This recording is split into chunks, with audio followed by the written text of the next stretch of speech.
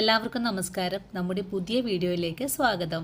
ഇന്നത്തെ നമ്മുടെ വീഡിയോ നമ്മുടെ വീട്ടിൽ നിത്യമുള്ള ചേരുവകളൊക്കെ കൊണ്ട് വളരെ എളുപ്പത്തിലും രുചികരമായിട്ടും വീട്ടിലെ ഊണ് തയ്യാറാക്കുന്നതാണ്. ഈ ഒരു ഊണ് റെസിപ്പി തയ്യാറാക്കാനും വേണ്ടിയിട്ട് ഞാൻ അധികം ഇൻഗ്രീഡിയൻസ് ഒന്നും തന്നെ ഉപയോഗിക്കുന്നില്ല. നമ്മുടെ വീട്ടിലെ നിത്യമുള്ള ചേരുവകൾ കൊണ്ട് തന്നെയാണ് ഈ ഒരു പാചകമെല്ലാം തന്നെയും കാണിച്ചു തന്നിട്ടുള്ളതും. ഈ ഒരു നോൽമ്പ് കാലത്ത് വെജിറ്റേറിയൻ ഫുഡൊക്കെ ഉണ്ടാക്കുന്ന ആൾക്കാർക്ക് ഈ ഒരു വീഡിയോ വളരെ തന്നെ ഉപകാരപ്രദമാണ്. എല്ലാവരും വീഡിയോ കണ്ട് ട്രൈ ചെയ്ത് നോക്കണം. ഇന്നത്തെ ഈ ഒരു റെസിപ്പിയിൽ ഞാൻ ചേമ്പില തോരനാണ് തയ്യാറാക്കിയിട്ടുള്ളത്. നിങ്ങളുടെ കൈവശം ചേമ്പില ഇല്ലെങ്കിൽ നിങ്ങൾക്ക് ചീരത്തോരനും ഇതുപോലെ തന്നെ ചെയ്തെടുക്കാവുന്നതുമാണ്. പാചകം പഠിച്ചു തുടങ്ങിയ നമ്മുടെ മക്കൾക്ക് ഈ ഒരു വീഡിയോ വളരെ തന്നെ ഉപകാരപ്രദമാണ്. കാണുമ്പോൾ നിങ്ങൾക്ക് ഇഷ്ടപ്പെടുവാണെങ്കിൽ നിങ്ങൾക്ക് കിട്ടിയ ഈ ഒരു അറിവ് നിങ്ങളുടെ കൂട്ടുകാരിലേക്ക് ഒന്ന് ഷെയർ ചെയ്ത് കൊടുക്കാനും വീഡിയോയെക്കുറിച്ചുള്ള അഭിപ്രായങ്ങളെല്ലാം കമൻസ് ആയിട്ട് അറിയിക്കാനും മറക്കരുത്. അപ്പോൾ എങ്ങനെയാണ് വളരെ എളുപ്പത്തിലും രുചികരമായിട്ടും വീട്ടിലുള്ള കുറഞ്ഞ ചേരുവകൾ കൊണ്ട് തനി നാടൻ രീതിയിലുള്ള വീട്ടിലെ ഊണ് തയ്യാറാക്കി എടുക്കുന്നതെന്ന് നമുക്ക് വീഡിയോയിൽ കണ്ടു നോക്കാം. അപ്പോൾ നമുക്ക് കറികളൊക്കെ തയ്യാറാക്കാൻ തുടങ്ങാം. ഇതിനായിട്ട് ആദ്യം തന്നെ ഒരു മൺചട്ടി അടുപ്പിലേക്ക് വെച്ചിട്ടുണ്ട്. ഇപ്പോൾ മൺചട്ടി ചൂടായി വന്നിട്ടുണ്ട്. നമുക്കിതിലേക്ക് കുറച്ച് വെള്ളം ഒഴിച്ചു കൊടുക്കാം.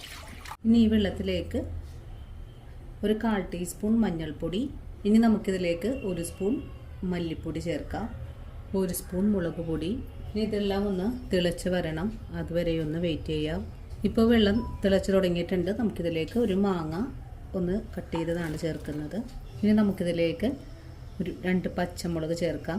നമുക്കിതിലേക്ക് ഒരു സവാള കൂടെ കട്ട് ചെയ്ത് ചേർക്കണം. സവാളയും ചേർത്ത് കഴിഞ്ഞാൽ പിന്നെ നമുക്കിതിലേക്ക് ആവശ്യത്തിനുള്ള ഉപ്പ് ചേർക്കാം. ഇനി മൂടി വെച്ച് വേവിച്ചെടുക്കാം. ഇന്ന് മാങ്ങ കഷ്ണങ്ങളൊന്ന് വെന്ത് വരട്ടെ. ഒരു 2 മിനിറ്റ് നേരം മൂടി വെച്ച മാങ്ങ കഷ്ണങ്ങളെ ഒന്ന് മൂടി തുറന്ന് നോക്കാം. ഇനി നമുക്ക് ഒന്ന് ഇളക്കി യോജിപ്പിച്ച് കൊടുക്കാം. ഇപ്പോൾ മാങ്ങ കഷ്ണങ്ങൾ നല്ലതുപോലെ വെന്ത് വന്നിട്ടുണ്ട്. ഈ ഒരു സമയത്ത് നമുക്കിതിലേക്ക് ഒരു 3 മുരിങ്ങക്കായ കട്ട് ചെയ്ത് വെച്ചിട്ടുള്ളതാണ് നമുക്ക് ഇതിലേക്ക് ചേർത്ത് കൊടുക്കാം. മുരിങ്ങക്കായ കൂടെ ചേർത്തിട്ട് ഒന്നും കൂടെ ഇളക്കി കൊടുക്കാം. ഇനി ഒന്നും കൂടെ മൂടി വെച്ച് വേവിച്ചെടുക്കാം. ഈ ഒരു സമയത്ത് കറിക്ക് ആവശ്യമായ തേങ്ങ അരപ്പൊന്ന് അരച്ചെടുക്കണം. കഷ്ണങ്ങൾ തിളച്ചു തുടങ്ങിയാൽ നമുക്ക് ഫ്ലെയിം കുറച്ചിട്ട് വേണം വേവിച്ചെടുക്കാനായിട്ട്.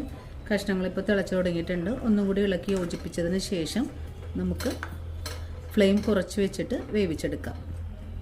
ആ സമയം കൊണ്ട് നമുക്കൊരു നാളികേരക്കൂട്ടൊന്ന് അരച്ചെടുക്കാം. അരമുറി നാളികേരവും 3 കൊച്ചുള്ളിയാണ് എടുത്തിട്ടുള്ളത്. ഇത് നല്ല വെണ്ണ പോലെ ഒന്ന് മിക്സിയുടെ ജാറിലിട്ടൊന്ന് അരച്ചെടുത്തിട്ട് വരാം. ഇനി വേവിക്കാൻ വെച്ച കഷ്ണങ്ങളെ ഒന്ന് തുറന്ന് നോക്കാം. ഇപ്പോൾ നമ്മുടെ മുരിങ്ങക്കായും നല്ലതുപോലെ വെന്ത് വന്നിട്ടുണ്ട്. ഇനി നമുക്ക് നാളികേരം അരച്ച അരപ്പ് ഇതിലേക്ക് ചേർക്കാം. ഇനി മിക്സിയുടെ ജാറ് കഴുകിയിട്ട് കുറച്ച് വെള്ളം കൂടെ ഒഴിച്ചു കൊടുക്കാം. വെള്ളം കൂടെ ഒഴിച്ചു കൊടുത്തിട്ടുണ്ട്. ഇനി ഒന്നും കൂടെ ഇളക്കി യോജിപ്പിച്ച് കൊടുക്കാം. ഈ സമയത്ത് കറിക്ക് ഉപ്പ് പോരായ്മ ഉണ്ടെങ്കിൽ ഉപ്പ് ചേർക്കാം. ചെറുതായിട്ടൊന്ന് ചൂടായി വന്നാൽ മാത്രം മതിയാകും. ഇപ്പോൾ നമ്മുടെ കറി ചെറുതായിട്ടൊന്ന് തിള വന്ന് തുടങ്ങിയിട്ടുണ്ട്. ഇനി നമുക്ക് ഫ്ലെയിം ഓഫ് ചെയ്ത് കൊടുത്തിട്ട് ഒരു താളിപ്പ് ചെയ്തെടുക്കാം. താളിപ്പ് ചെയ്തെടുക്കാനായിട്ട് താളിപ്പ് ചട്ടി അടുപ്പിലേക്ക് വെച്ചിട്ടുണ്ട്. ചട്ടി ചൂടായി തുടങ്ങിയിട്ടുണ്ട്. നമുക്ക് താളിപ്പിന് ആവശ്യമായ വെളിച്ചെണ്ണ ഒഴിച്ചു കൊടുക്കാം. എണ്ണ ചൂടായി വന്നിട്ടുണ്ട്. ഇതിലേക്ക് കടുക് ചേർക്കാം. കടുകിലേക്ക് 2-3 ഉലുവ കൂടെ ചേർക്കാം. കടുകും ഉലുവയും പൊട്ടിക്കഴിഞ്ഞാൽ നമുക്കിതിലേക്ക് ഒരു 5ഓളം കൊച്ചുള്ളി കട്ട് ചെയ്തിട്ട് ചേർക്കാം. നമുക്കിതൊന്ന് ഇളക്കി കൊടുക്കാം. ഇതിലേക്ക് 2 വറ്റൽമുളക് ചേർക്കാം. കറിവേപ്പില ചേർക്കാം. താളിപ്പൊന്ന് മൂത്ത് വന്നു കഴിഞ്ഞാൽ നമുക്കിതിലേക്ക് ഒരു നുള്ളു മഞ്ഞൾപ്പൊടി, ഒരു നുള്ളു കാശ്മീരി മുളക് പൊടി ഇതെല്ലാം കൂട്ടിച്ചേർത്ത് ഒന്നുകൂടി ഇളക്കി യോജിപ്പിച്ചതിന് ശേഷം ഫ്ലെയിം ഓഫ് ചെയ്ത് കൊടുക്കാം. ഇനി നമുക്ക് ഈ താളിപ്പ് കറിയിലേക്ക് ചേർത്ത് കൊടുക്കാം. നമുക്ക് കറി മൂടി വെച്ച് കൊടുക്കാം. അങ്ങനെ നമ്മുടെ മാങ്ങക്കറി ഇവിടെ റെഡി ആയിട്ടുണ്ട്. നമുക്ക് 2 ബീറ്റ്റൂട്ടൊന്ന് മെഴുക്കുവരട്ടി ഉണ്ടാക്കിയെടുക്കാം. ഇനി നമുക്ക് ബീറ്റ്റൂട്ട് മെഴുക്കുവരട്ടി തയ്യാറാക്കാം. ഇതിനായിട്ട് ഒരു സ്റ്റീൽ ചട്ടി അടുപ്പിലേക്ക് വെച്ചിട്ടുണ്ട്. ചട്ടി ഒന്ന് ചൂടായി വരട്ടെ. ചട്ടി ഇപ്പോൾ ചൂടായി വന്നിട്ടുണ്ട്. നമുക്ക് വെളിച്ചെണ്ണ ഒഴിച്ചു കൊടുക്കാം. വെളിച്ചെണ്ണ ചൂടായി വരുമ്പോഴേക്കും നമുക്ക് കടുക് ചേർക്കാം. കടുക് ഇപ്പോൾ പൊട്ടി തുടങ്ങിയിട്ടുണ്ട്. ഇനി ഇതിലേക്ക് കറിവേപ്പില ചേർക്കണം. കൂടെ തന്നെ 2 വറ്റൽമുളക്, 1 ടീസ്പൂൺ അളവിൽ ചതച്ച കുരുമുളക് ചേർക്കാം. 1/4 ടീസ്പൂൺ അളവിലും കുറച്ചായിട്ട് മഞ്ഞൾപ്പൊടി. ഇതെല്ലാം ഒന്ന് ഇളക്കി കൊടുക്കാം. ഇനി നമ്മളിതിലേക്ക് ചേർക്കുന്നത് കട്ട് ചെയ്തിട്ടുള്ള ബീറ്റ്റൂട്ട് 2 പച്ചമുളകും കൂടിയാണ്. ഇതിൻ്റെ കൂടെ തന്നെ 2 ചെറിയ സവാളയും കൂടി ചേർക്കുന്നുണ്ട്. ഇതെല്ലാം നല്ലതുപോലെ ഇളക്കി കൊടുക്കാം. നല്ലതുപോലെ ഇളക്കി യോജിപ്പിച്ച് കഴിഞ്ഞാൽ നമുക്കിതിലേക്ക് കുറച്ച് വെള്ളം കൂടെ ഒഴിച്ചു കൊടുക്കാം. അതിനുശേഷം ബീറ്റ്റൂട്ടിന് ആവശ്യമായ ഉപ്പും ചേർക്കാം.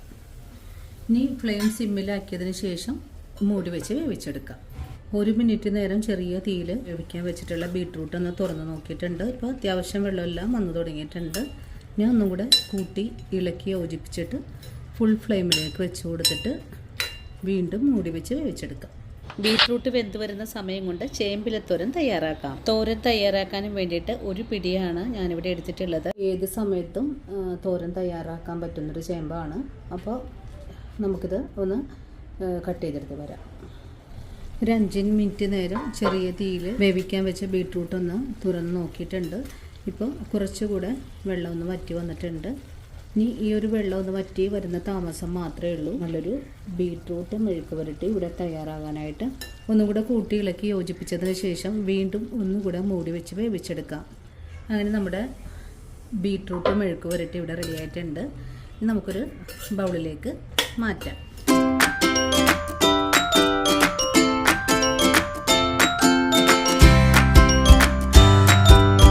അപ്പോൾ നമ്മുടെ ചീരച്ചേമ്പ് ഇവിടെ അരിഞ്ഞെടുത്തിട്ടുണ്ട്. എൻ്റെ തണ്ടും ഇലകളും മാറ്റിയിട്ടാണ് കട്ട് ചെയ്ത് വെച്ചിട്ടുള്ളത്. നമുക്കിതിലേക്ക് ഒരു നാളികേര കൂട്ടൊന്ന് ഒതുക്കിയെടുക്കണം.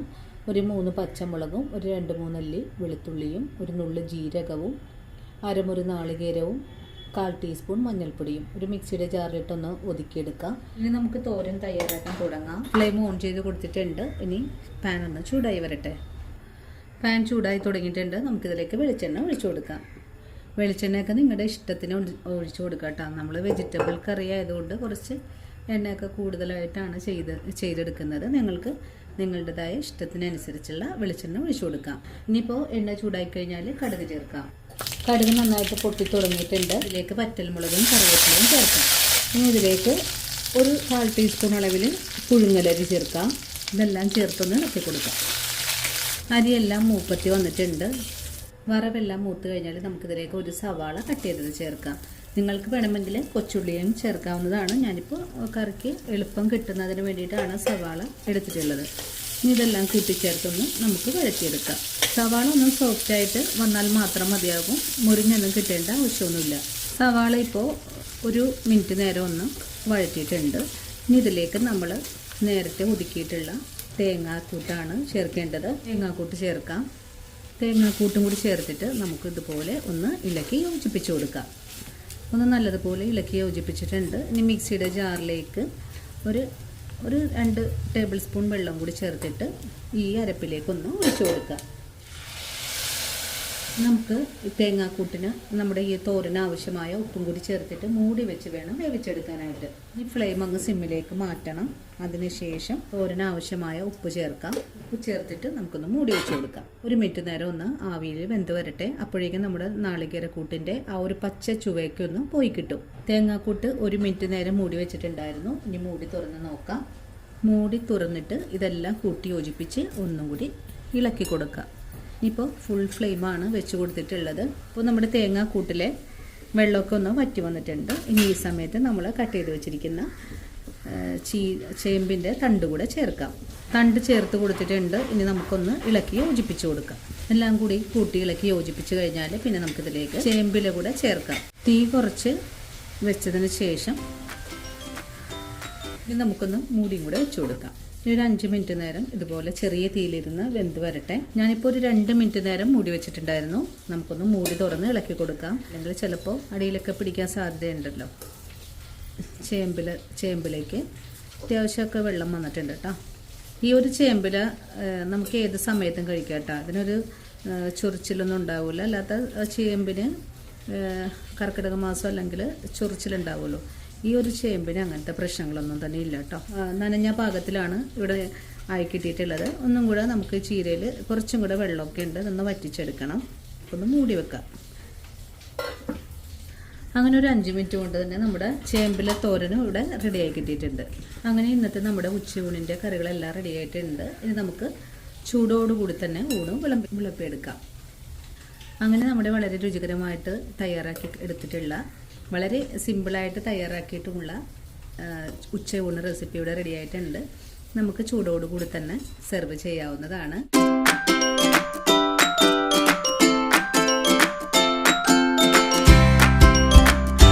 ഇന്നത്തെ നമ്മുടെ വീഡിയോ ഇത്രയേ ഉള്ളൂ.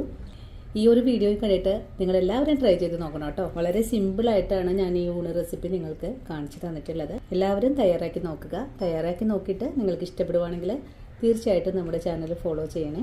കൂടാതെ നിങ്ങളുടെ അഭിപ്രായങ്ങളെല്ലാം കമൻസ് ആയിട്ട് അറിയിക്കണം കേട്ടോ. പിന്നെയും ഇതുപോലുള്ള നല്ല വീഡിയോസൊക്കെ ആയിട്ട് അടുത്ത ആഴ്ചയും ഞാൻ ഓടിയെത്തുന്നതാണ്. അതുവരെ ഈ സ്നേഹത്തിൻ്റെ ഭാഷയിൽ ഒത്തിരി സ്നേഹത്തോടെ വീണ്ടും കാണാം.